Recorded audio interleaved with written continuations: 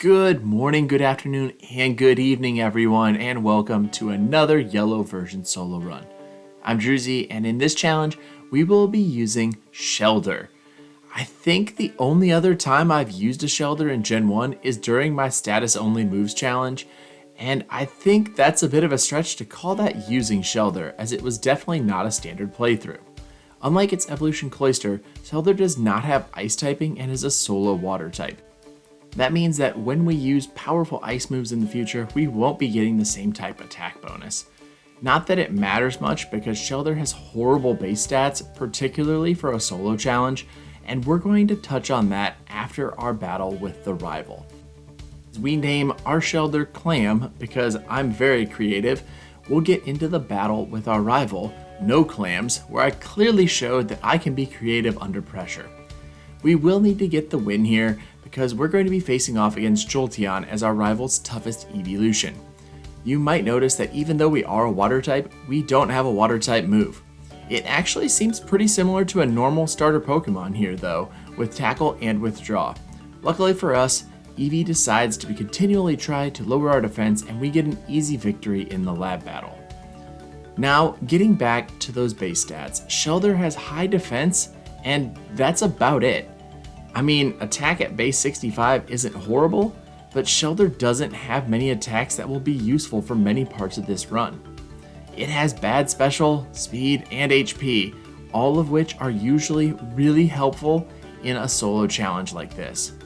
Overall, this Clam ranks in the bottom third of all Gen 1 Pokemon for overall stat total, but most of that is because of that high defense stat. As we take a look at the level up learn set, we see that we won't be getting an early water move, which is compounded even more by the fact that Shellder is in the slow level up group. So we're going to need to get to level 23 before getting Clamp, so Brock might be tougher than expected.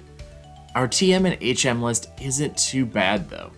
We are likely going to rely on Surf and then Ice Beam or Blizzard. This sounds good, but Shellder's best moves are all playing towards Special, and our Special is awful. We really aren't going to be able to take advantage of our relatively better attack stat, so this is already setting up to be an interesting run.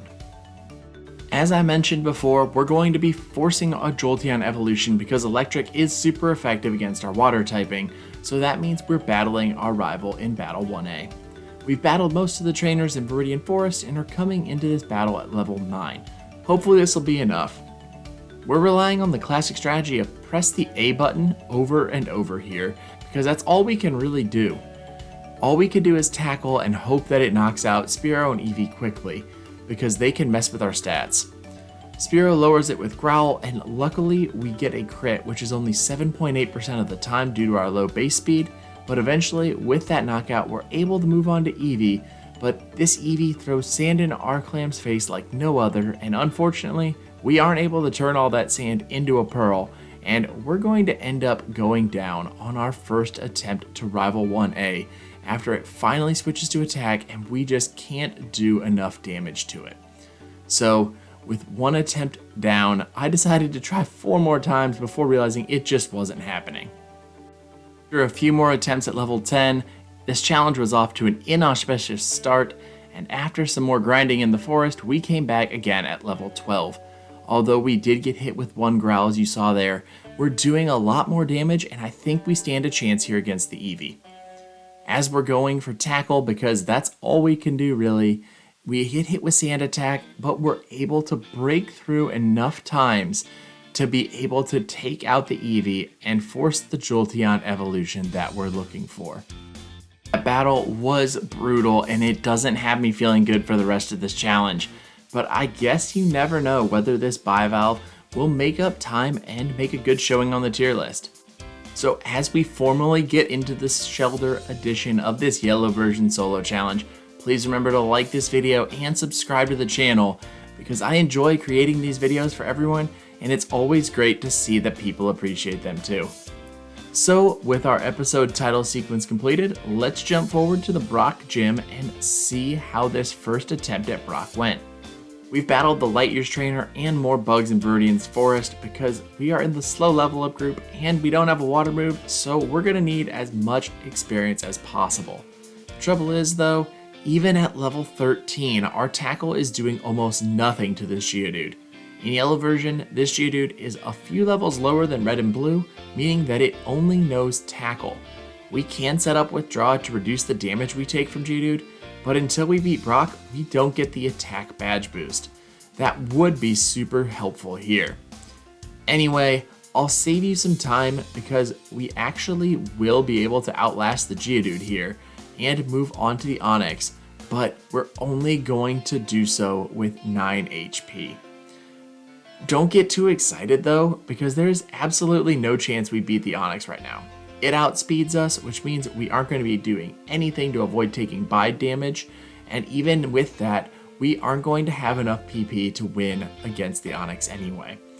If by some miracle we got to use struggle, we would just knock ourselves out with recoil. So that means we're headed back to the Viridian Forest again, and we're going to do a bit more grinding. After that grinding session, we're back at level 15. This means we're above the next damage rounding threshold, and we will be doing more damage to the Geodude in addition to having more HP. Which you can see very clearly because this Geodude battle is going much better than last time. This took 5 less tackles to eventually get the KO on the Geodude, and we end up with twice as much HP entering the Onix portion of the battle, this time coming in with 18 HP. However, it doesn't make this battle much better. We are still only going to be doing 1 damage to the Onix. Gone ahead and sped this footage up because this took way too long, but we were eventually able to get the Onix down to about half health before we got knocked out. But hey, it's still progress. Nothing else to do here but keep grinding away in the forest until we're strong enough to beat Brock, so another grind session and we're back again at level 17. Level 17 isn't at the next damage rounding threshold, that's at level 18, but I was getting very impatient here because these grinding sessions are so slow and so difficult to get through, especially when you have slow level up Pokemon. The battle against Geodude is now really consistent. After 3 withdraws, Geodude only does 1 HP of damage to us, meaning that we can get to the standoff with Onix with good health, this time coming at 27 HP. The only problem is we only have 24 PP of tackle because of a few more misses on the Geodude.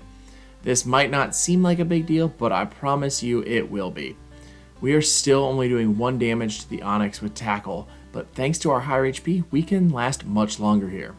In other news, we're now in a speed tie with the Onix, which means we can avoid taking unnecessary bide damage sometimes. It doesn't work all the time, but 50% of the time, it works every time. We are slowly whittling down Onix's HP, but as we almost bring it to red health, we run into a very serious problem. We run out of tackle PP. This is so frustrating. We're so close. I try to waste withdraw PP, but we can't win as bind takes us to 1 HP. So it looks like we're going to need 1 more level to get this done against the Onix. That means another trip to the forest is in our future, and we will eventually make our way back at level 17 still, but we've trained up just enough that we will level up after the Geodude, and that will be the key to this victory. It actually isn't the damage rounding threshold that's going to help us win at level 18 though. No, it's actually because we're going to learn the move Supersonic. While this move is normally pretty subpar, it will give us everything we need to beat Brock. We also are now going to outspeed the Onix too, and that's going to allow us to avoid bide damage. So everything really comes together for us at level 18. With confusion on our side, we're going to be able to take down the Onix relatively quickly compared to before. Keep in mind, this still isn't fast at all though, but we will eventually prevail and collect our first gym badge. That battle was so frustrating. I thought Shellder being a water type could be pretty good to start out this run, but it is just not happening there. This is such an exciting moment to finally be able to get our first badge, and we are going to mark this glorious occasion in Shellder's Pokemon journey by buying a Magikarp from this guy outside of Mount Moon. However, Shellder isn't going to share the spotlight with another water type, so unfortunately our Magikarp's time on the team is short-lived as it goes straight to someone's PC where it will stay for the rest of the run. After we do a quick heal, we're going to make our way to Cerulean City and face off against Rival 2 first, because I think Misty should be okay because she'll avoid using water moves, but it's still not a great matchup. We've picked up the TM for Water Gun in Mount Moon, giving us added attack, which is a nice addition. It takes 3 hits here, but the Spearow does go down. That means that we're finally going to be able to move on to another Pokemon, this time facing Sandshrew. Sandshrew will go down quickly to Water Gun with a crit. I don't think it mattered, but it might have. Rattata's out next. Water Gun does huge damage, and we finish it off with a Tackle. Eevee's out last. We lead with Water Gun, but thanks to Tail Whip activating the attack badge boost that we picked up from Brock, we switched to Tackle, and after 2 more tackles and a few more badge boosts from Eevee, we finish it off with a Water Gun to avoid a better chance the Tackle could miss, and that's a first try victory over rival number 2. This means we've now cleared out the path to Bill's house, and after that, we're going to make our way to Misty's Water Gym. This battle isn't going to be too challenging because Misty will only use her normal type moves because of her good AI, which thinks that water moves are bad against Shellder. I mean, they are, but turning this into a tackling competition is a much worse idea overall. We're gonna go back and forth with Misty's Staryu and Starmie, but thanks to Withdraw helping boost our defense and our attack, we're in a much better position than she is for this battle. Starmie is now out after we've defeated Staryu, and we're back to hitting more tackles, and we keep tackling it, getting a crit there, which is gonna help speed things up, and we're gonna keep tackling it down to red health, and tackle it again, and then flex on Misty by hitting a Clamp to finish off her Starmie. We now have Clamp on our moveset too. That was one advantage to leveling up a little bit on those trainers north of Cerulean City. But with Misty defeated, we can also add Bubble Beam to our moveset.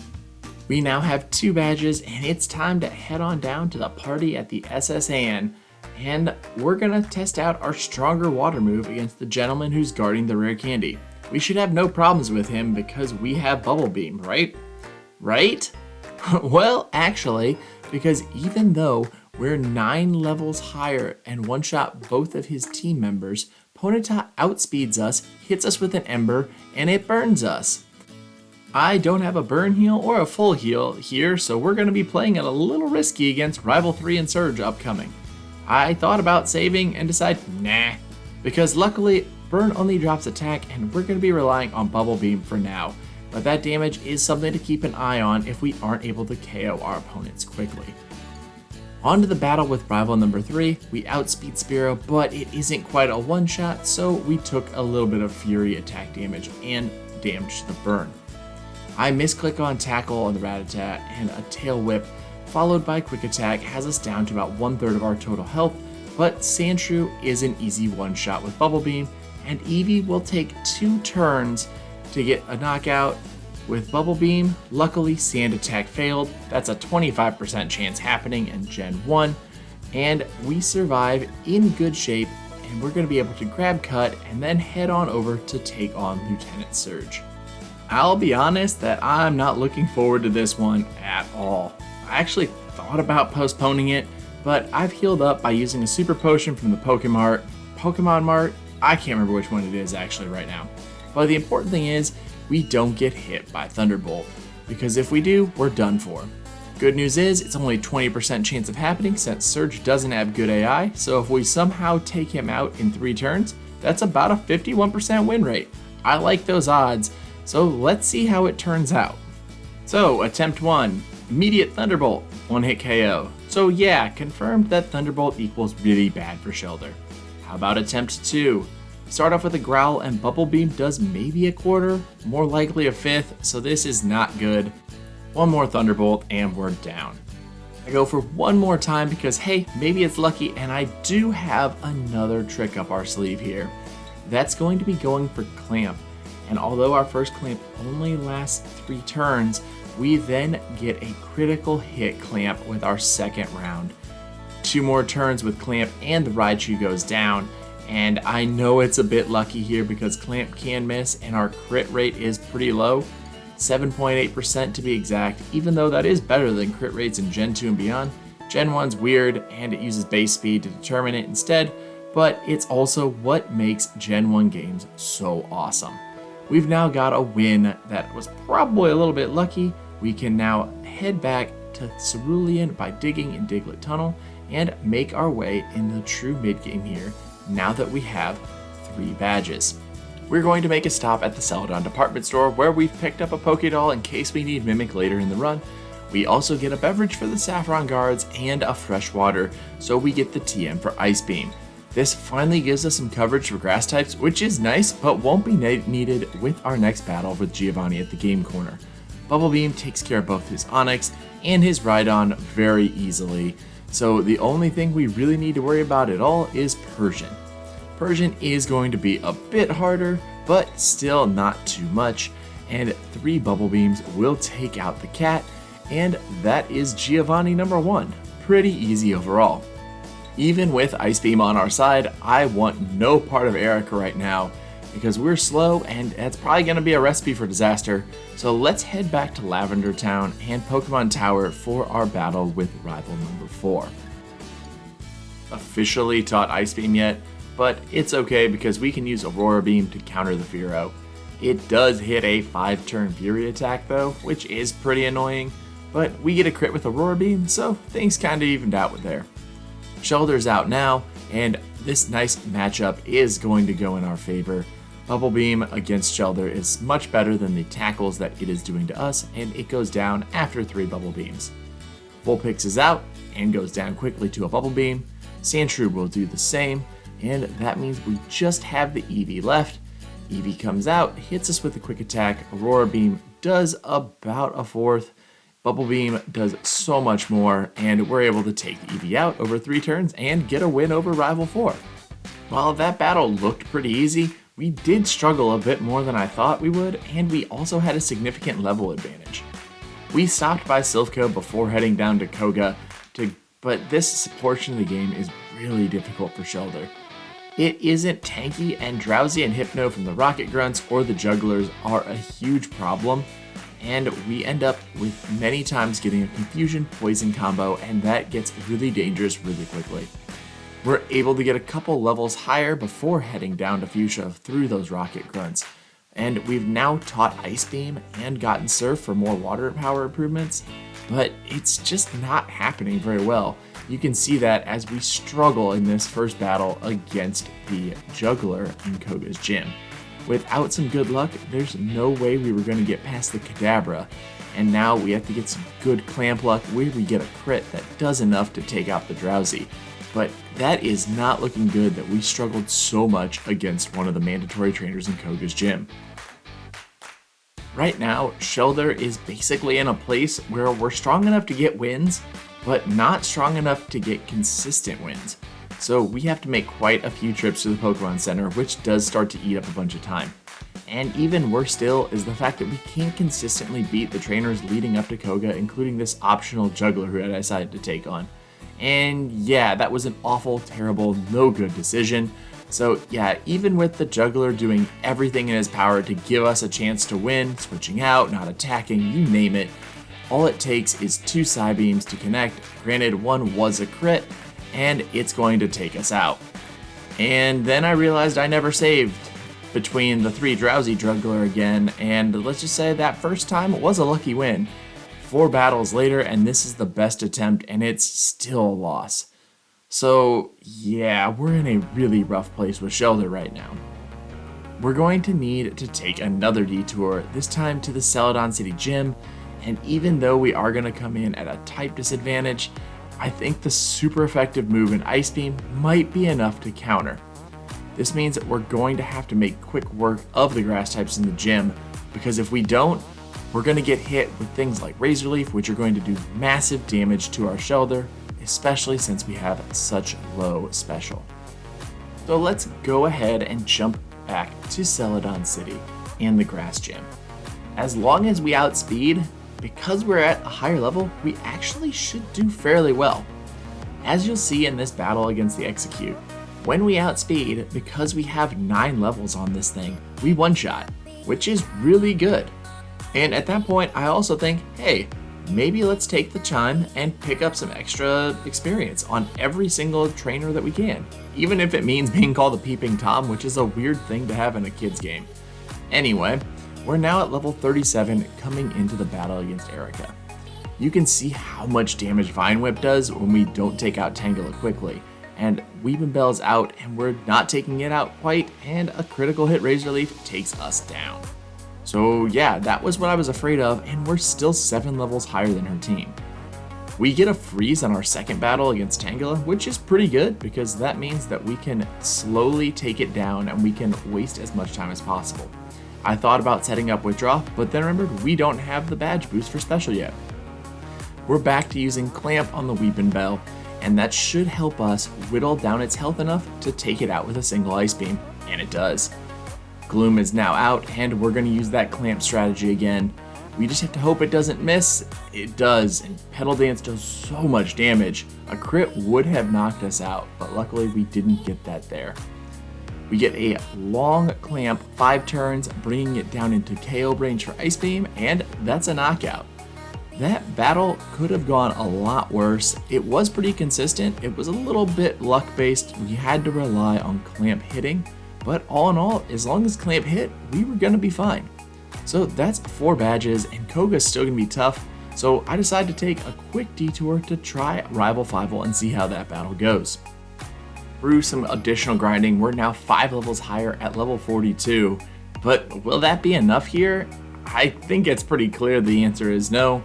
Sand Slash outspeeds, hits a sand attack, and it isn't a battle ender, but it makes a win extremely unlikely.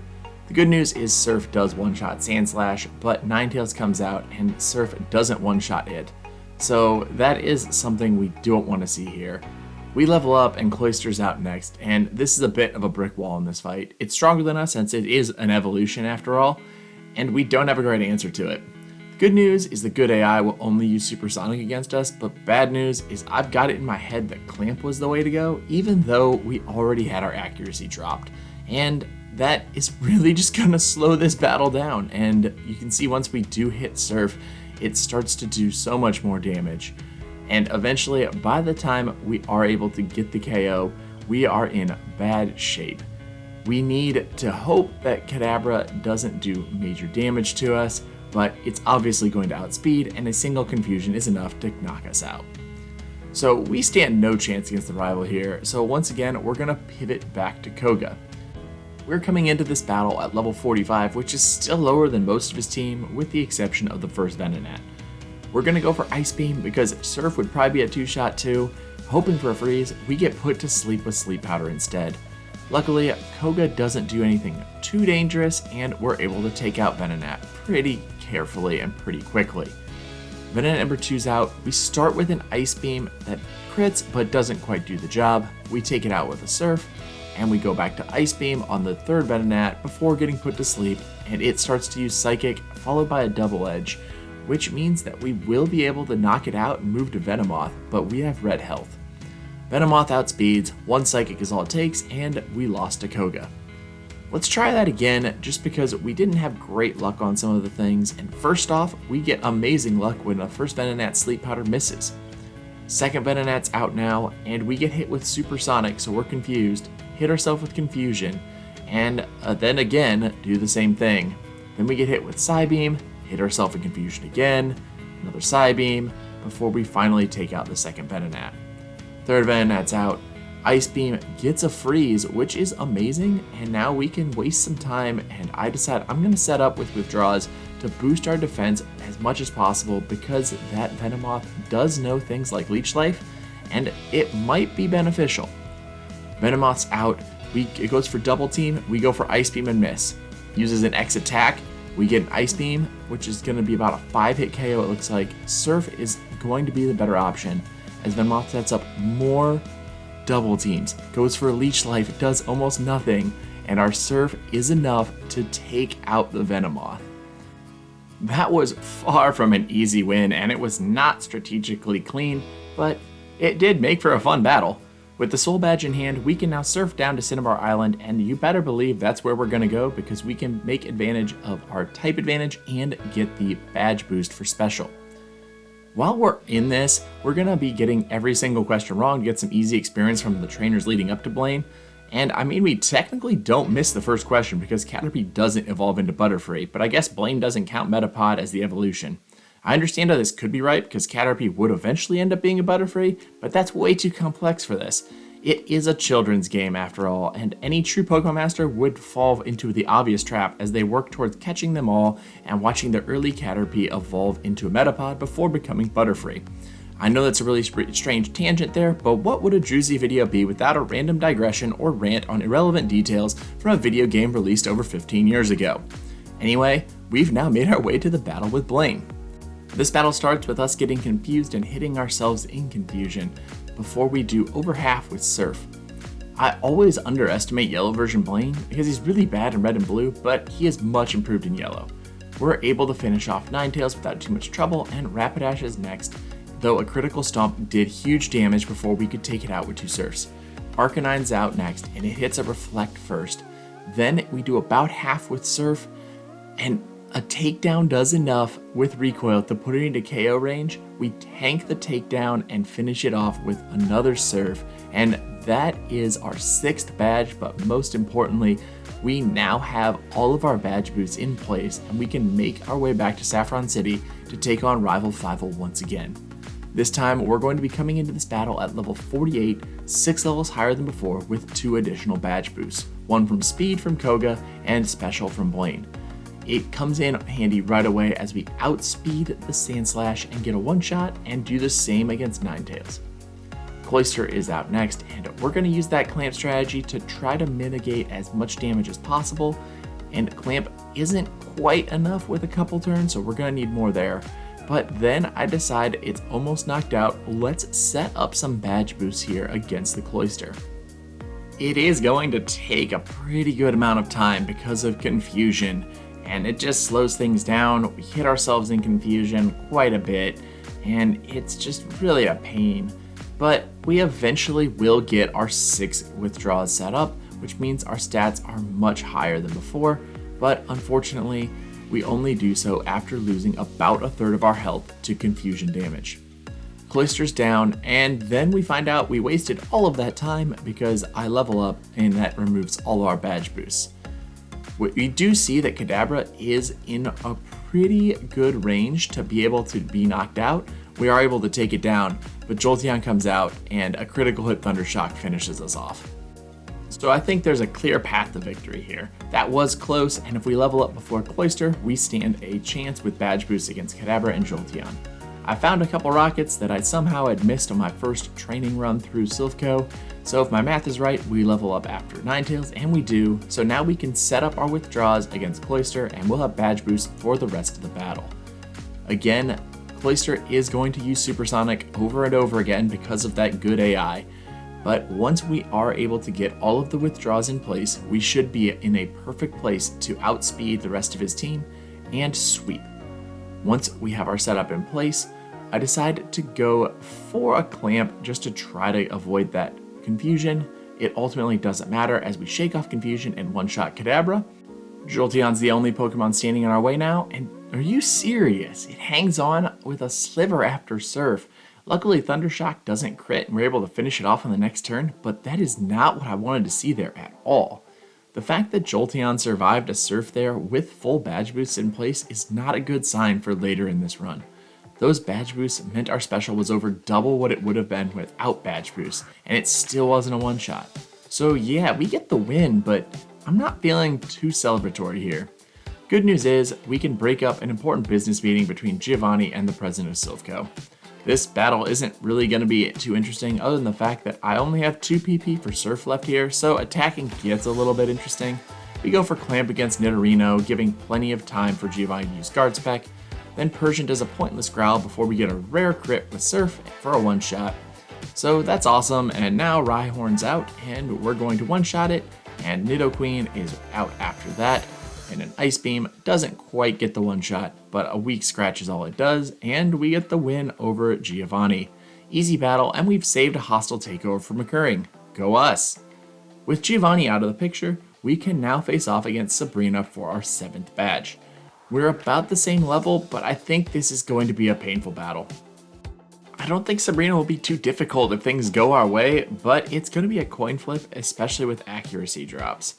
Abra outspeeding definitely isn't going to help, and since we don't have any physical attacking moves, we're going to be attacking into the strength of Sabrina's team. After defeating the Abra with no accuracy drops, we're on to Kadabra. Luckily, it hasn't attacked us, but it does hit a Kinesis to drop our accuracy before going for a weak Psywave. That means we're on to Alakazam, and we got pretty good health here. An Ice Beam goes for a crit, it's really good. X Defend, are we gonna be able to do this? Psywave, a big Psywave, but we're in red health. Another Psywave, I think are you serious? Psywave, 54 HP and we get knocked out by Psywave. I mean, we struggled against Rival 5-0, but this is another level of pain. I've lost to one of the worst moves in Gen 1 right here. After the shock wears off, we're right back in for another rematch though. Unfortunately, doesn't go well. We get accuracy drops, and as Kadabra comes out, it hits another accuracy drop with Kinesis. Gate recovers immediately from all the damage we did. It goes for a Psywave, another Psywave, massive Psywave, and then finishes off with Psychic. As much as I'd like to say it wasn't a pattern, I tried again 4 more times and never even got back to Alakazam. So we battled the trainers in the gym, headed over to the fighting dojo, picked up a couple more levels, and came back at level 52. This one goes the same as the first battle, no accuracy drops on Abra, and we're on to Kadabra. Surf does less than half damage though, and it's able to recover to full health when Sabrina decides to finally attack. It's a critical hit from Psychic, and it's a one-shot. So this battle is much harder than I anticipated it being, so we're off to grind against more overworld trainers, and we'll come back at it again. This time, at level 54, we switched up the strategy a bit here. I want to give myself as much special boost as possible, so I go for a withdraw, and even though we do get hit with one flash, we've also got 3 withdraws now, and you'll notice that we're outspeeding the Abra. In fact, we're now going to be fast enough to outspeed Sabrina's entire team, which is a huge advantage to us. Plus, our boosted special makes Kadabra a 2-shot with Surf, so yeah, we hit less often, but we hit way harder, which is an okay trade-off. Then with Alakazam out, we get the freeze with Ice Beam, and that's the battle. There's no way that she can unfreeze this thing, so although we are going to miss some, we are eventually able to take it down and get the win. As part of our reward, in addition to the Marsh Badge, we also are granted TM46 for Psywave. Do we keep this because it actually seemed useful this time? Maybe it is a valuable TM, and maybe we should hold on to it. Do we keep it? As the game asks us, is it okay to toss? I have a hard think about it, and I decide no, let's keep this valuable item.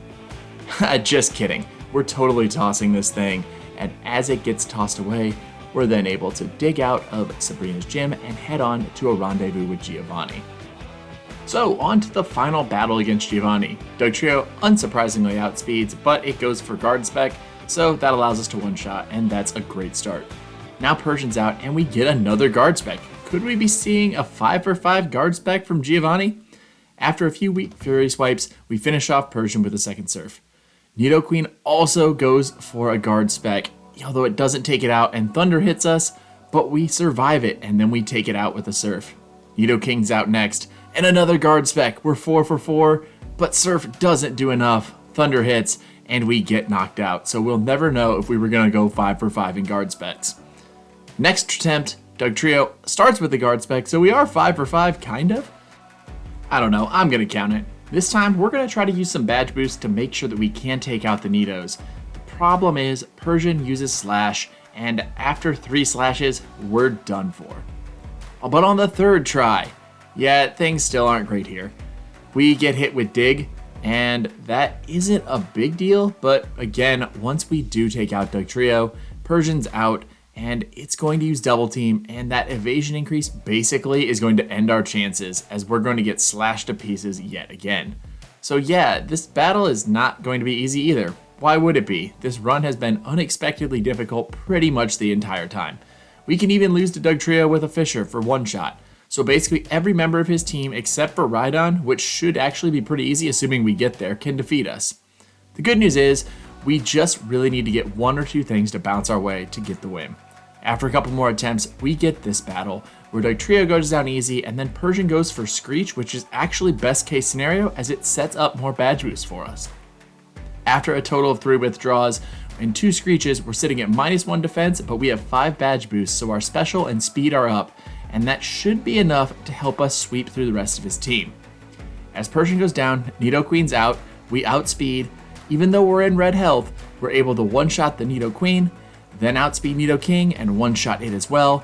Rhydon's out now, and then a Surf takes it out, and that gets us our 8th badge as we defeat Giovanni. So Shellder has had a tough time this run, but we are almost to the Elite Four.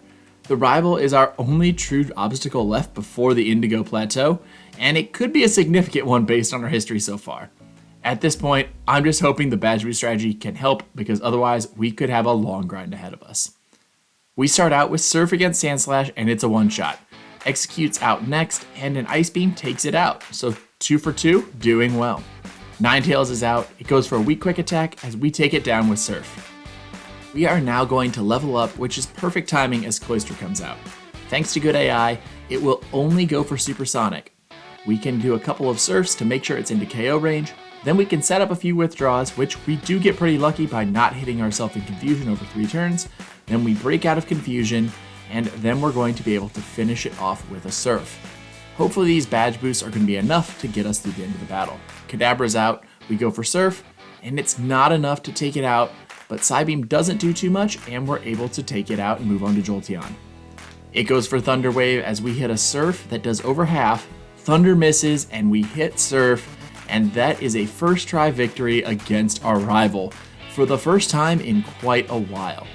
We had some amazing luck there, and I'm going to take it because it has been a tough run so far, and things have finally gone our way. I decided to go head back to the Pokemon Center because I want full strength heading into Victory Road and finally the Elite Four. Unfortunately, the joy of reaching the Elite Four is short-lived because we match up terribly against Lorelei. Similar to a lot of other water runs like Horsey, we don't have a great move to do damage because most of our team is also water type, which makes our moves do almost nothing. We are actually at a reasonable level here. We come into the battle at level 58, and Dugong is going to be a great start because it's going to let us set up thanks to its love for rest. We get all 6 set up as Dugong sleeps, and then we can finally switch to the offensive, and we are going to be reliably outspeeding here because of those badge boosts.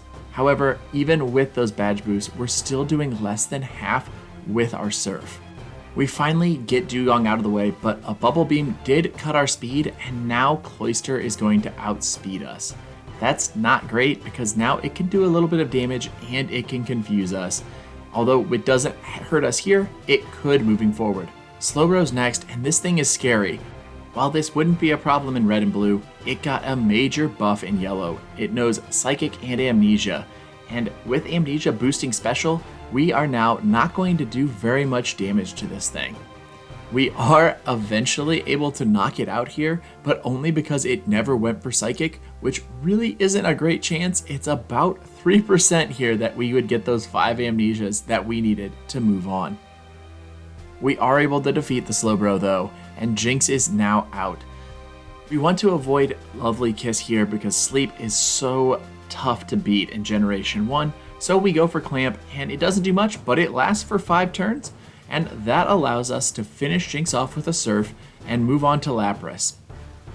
We only have 1 PP left for Surf at this point though, and it looks like it might be a 6-hit KO anyway, so this is basically over because Ice Beam is double resisted. We have to go for Clamp, it misses, Body Slam paralyzes us, and we just have to wait for the slow, inevitable knockout to come. The worst part about this is that because of our withdrawal boost, Labras's Body Slam is almost doing nothing to us, so we are relying on hitting ourselves in confusion to lose the majority of our health. This may be the only time I've ever wanted this Lapras to get a crit on us just to end this first attempt.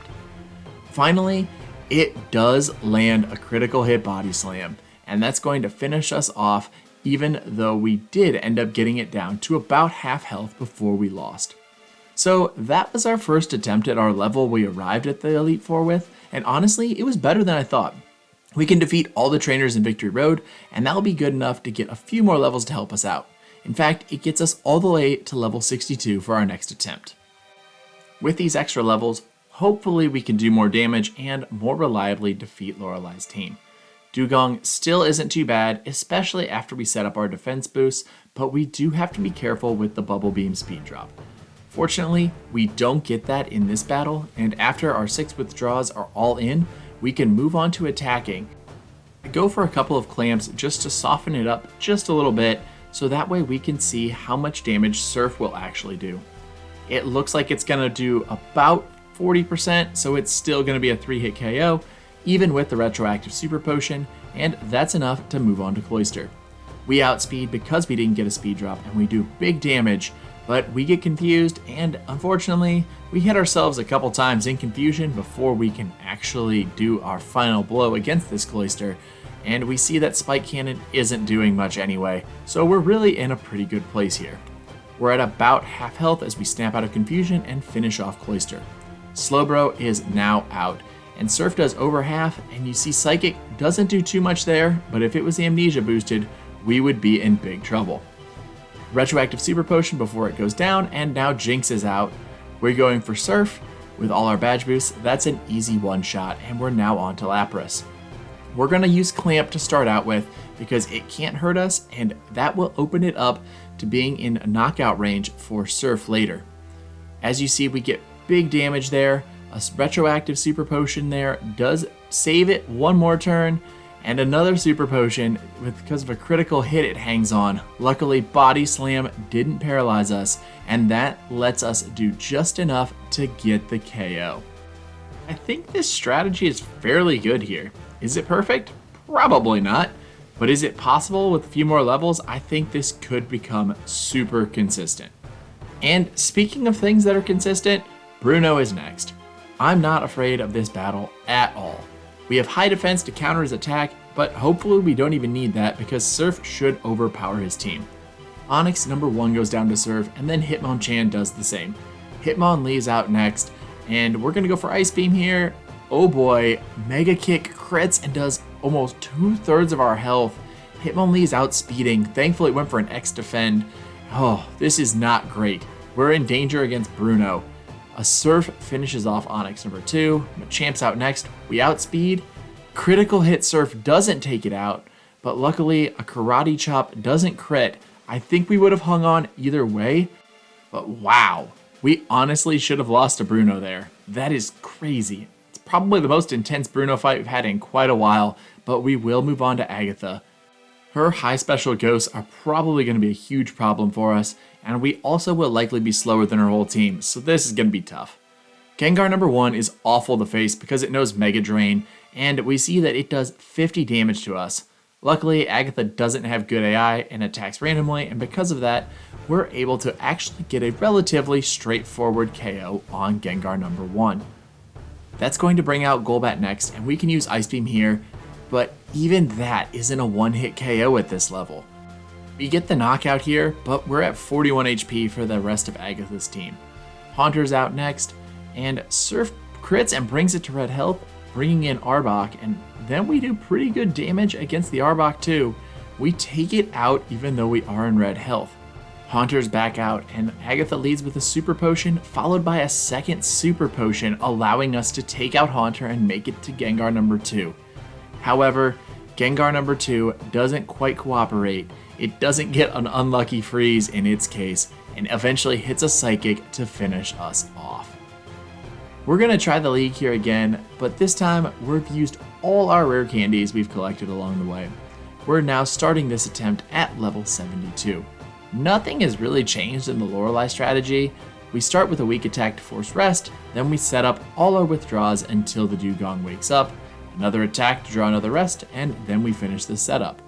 If Dewgong hits a Bubble Beam speed drop, it's basically a reset, but if it doesn't, we're not too bad. If it hits an Aurora Beam and gets an attack drop, that's a free badge boost, and that's just gravy on top of everything else. Things go well here for us, and we get all set up moving into Cloyster. We hit it with Surf, it doesn't do much damage, but it hangs on, and then we finish it off on the next turn. Slowbro's out next, and Surf does big damage, and then Amnesia comes in, which allows it to tank a second Surf. Retroactive Super Potion means that we can finish it off on the next turn though. Jinx is now out, and Surf is still going to be a one-shot. That means that Lapras is out, and we're going to use that same clamp strategy, but we don't get it on the first try, then we do. Body Slam does almost nothing to us. Surf does about half damage, so maybe we don't need to clamp moving forward. We avoid Confuse Ray damage and finish off Lorelei. I don't know if it's the right call to go for a straight attack or go for clamp. If you have thoughts, let me know in the comments so it could help for future runs. I mean, we defeated Lapras either way, and we're going to be able to heal up and head into the Bruno fight. You'll probably notice that I've gone ahead and sped this one up for you because, after all, there is nothing interesting here. Basically, we use Surf and it hits all of his Pokemon, and then his Pokemon faint. We repeat that until Machamp, who comes out and takes 2 Surfs, but all in all, Bruno is back to being his normal self. We're able to heal up and head into Agatha. Mega Drain is going to still come first from this Gengar, this time doing a little bit more than 40 damage. Surf hits and takes it to less than half, and then a Mega Drain crits and heals it back up. We're now in a dire circumstance as we take it out. We level up to level 73, Golbat comes out. We take it out with an Ice Beam with 1-hit KO now, which is good to know that that's now in range to be a 1-hit KO. Haunter comes out, a critical hit Surf takes it out, and that means that we're on to Arbok. Arbok is just barely hanging on from our Surf. We are able to finish it off after a weak Acid, but Gengar number 2 hits a Psychic and finishes us off. So that is frustrating. Even with 10 more levels, we're still struggling against Agatha. Even with badge boosting against the Arbok to power up our last Gengar wasn't consistent. Hypnosis and Psychic or Dream Eater was just too powerful to handle with Haunter and Gengar, especially with Gengar's high crit chance to bypass any boosts that we had in place. So after 5 straight losses to Agatha, I decided to make a trip to Celadon City, pick up all the vitamins that could possibly help our chances. It really wasn't all that much thanks to all the stat experience we had to this point, but any little bit could be helpful. We've also done a few more rounds against the Elite Four to get a couple more levels since we are tantalizingly close to one-shots against most of Agatha's team. So with our new and improved Shellder ready for battle, coming in at level 74, let's give it another attempt. Lorelei and Bruno are still consistent as you just saw, and now we're back to Agatha. Can a couple extra levels get things done for us? Well, we'll find out when we set up against Gengar number 1 this time. 2 withdraws is enough to outspeed and do huge damage before it goes down into attacks. We now can set up a little bit more against the Golbat because it can't really do anything to us. It could hit Toxic, it missed this time, but after we get our setup complete, we can now move on to Haunter and take it out with a single Surf. We're also going to do the same to Arbok, and then Gengar number 2 is out. It tanks the first one, it doesn't crit with Psychic though, and we finish it off with one more Surf. We finally got a win against Agatha, and it's about time. We finally cleared her after 8 attempts, which is definitely more than usual, but we've got a winning formula to get by her reliably now. Hopefully we don't need to find out if it is reliable though, we can finish the run here. We only have 2 trainers left to do that, the first of which is Dragon Trainer Lance. This battle is usually really easy or really hard, and today we have a relatively easy one on our hands. Not Bruno level easy, but pretty close honestly. We outspeed his whole team except for Aerodactyl, and Ice Beam is devastating to his whole team. It takes 3 rounds to knock out Gyarados, but then his Dragonairs are one-shots, Aerodactyl goes for Hyper Beam, misses, and allows us to get a one-shot. We outspeed Dragonite, and the 4-time super effective Ice Beam also finished it off. Even if Hyper Beam had connected and probably even crit, we still would have survived thanks to our high defense. So with Lance down, we're now a single trainer away from victory. Bad news for us is that it is our rival, and he's been a challenge this whole run. Jolteon is scary, and honestly Alakazam is too. The rest of his team shouldn't be too bad though. We've used our last rare candy and taught Mimic. Let's cue the champion's battle music and see if we can come out with a victory. We're going to start against Sandslash, and this is the reason we learned Mimic. We're going to steal Earthquake, then we're going to hopefully not take too much damage, and we're going to set up our withdraws. It's going to boost our defense and make it even more likely that we can stand up against the Sandslash. After 3 withdraws, I get a little impatient. I think this should be enough and move on, knocking out the Sandslash with a Surf. Alakazam's out next. We outspeed. Earthquake takes it out with a one-shot. Exeggutor's out next. Ice Beam hits, and it doesn't even take it to red, meaning we get hit with the Leech Seed.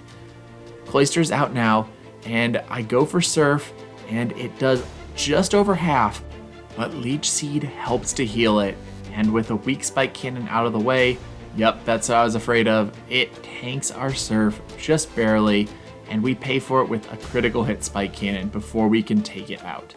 Ninetales is out next, critical hit Quick Attack, and that knocks us out, ending our first attempt against the champion. So what did we learn there? Well, first off, being impatient in these runs is always a bad thing. More setup and we probably breeze through that battle. Second, Leech Seed is going to be devastating if we get hit by it. At least it could be devastating. I mean, there's possibilities around it, but I think that we're still going to need to avoid it if possible. It can make 2-hit KOs into 3-hit ones, and that just gives our opponent more time to do damage to us. With those 2 things mentioned, I think the most important thing we learned is that this is probably possible at our current level. If we set up all 6 withdraws right at the start, I think we should be able to one-shot the Exeggutor with Ice Beam. We also might be able to teach Blizzard if we need to, but I'm going to save that in case we don't make it again in the next battle. The only part that is unknown still is if we're going to have enough to outspeed the Jolteon at the end as well. If we don't outspeed, or if we don't one-shot even, we open ourselves up to the critical hit Thunder, and that would bypass our special boost and zap Shellder right out of existence. So we're going to work our way back through the Elite Four once more using our tried and true tactics. These battles are actually really consistent now thanks to the extra levels that Shellder has and understanding how and when to set up appropriately. Now that I think about it, I think we probably could have actually beat Agatha in the mid-60s as well if we got some good things to happen our way and if we were able to set up, but that's part of the reason I don't save between the Elite Four members is because it prevents some of those really lucky battles from happening and makes me rely on consistent strategies to get the wins. Some people like to save before the Elite Four members, and that's perfectly fine too. Do whatever you want to make this game fun. After all, that's why you play these games. With Lance now defeated, we can get our rematch against the rival. The rival is next. We need to heal up. We're going to use our remaining rare candy to prevent us from leveling up in the middle of the battle. Let's restore our PP, make sure we're ready to go, get our moves set in order, and I think we can win this one. I am confident. I'm also nervous. Let's get the champion's theme on deck and see if we can do this. So, the first Pokemon up is still going to be Sandslash, and we're still going to go with the Mimic Earthquake strategy. Now that we have Mimic, let's go into the setup. We get in 1, and we get hit with an Earthquake. That's okay. We get 2. Poison Sting is great. 3. Fury Swipes is good. Now let's get the 4th one in there. Slash brings us into KO range, so we have to go now. Surf knocks out the Sandslash, and Alakazam's next. Earthquake is enough to one-shot, and we already knew that. Exeggutor is out next. Ice Beam takes it to red, and we get hit with Leech Seed. Not great, but let's bring in Cloyster now. We hit Surf for over half. I think we're still in good shape. Spike Cannon goes for 4 damage over 2 turns. Perfect, we get the knockout. Ninetales, quick attack crit. Oh, we tank with 5 HP. We take it out, Jolteon's last. We outspeed. We one-shot it. Awesome, that is amazing. We have claimed our spot as Pokemon champion, and we can now enter Shellder into the Hall of Fame. That battle was intense. Shellder was not great for our matchup there, but we found a way to get it done. Shellder really struggled through this run overall though. It does end at level 76 and it took a final time of 8 hours and 30 minutes. Yeesh. Not a great showing by our plucky little clam. So as we take a look at our previous tier list, it's important to figure out where we're going to slot in Shellder. Where does this performance put it in relation to other Pokemon that we currently have on our tier list? Well, it struggled for a majority of the run. Its low special and lack of ability to use decent attack stack really held it back. Looking at the times, I think it's pretty clear where it should go. I'm going to drop Shellder right above Coughing in the 14th slot. Not the bottom, but definitely near the bottom for our run so far. So with Shellder on the list, we need to bring out the wheel to see who our next Pokemon challenger will be. Let's hope it's not something awful. And it's slowing down. It's Dragonite. Oh, buddy. Let's go. This will be a really fun one. If you enjoyed the video, don't forget to leave a like and subscribe to the channel. Also remember that comments are good for the YouTube algorithm, so drop something below and also make sure that notifications are on so you'll know when the next video comes out. As always, I hope you liked this video, and until next time, I'm Droozee and I hope to see you all again soon.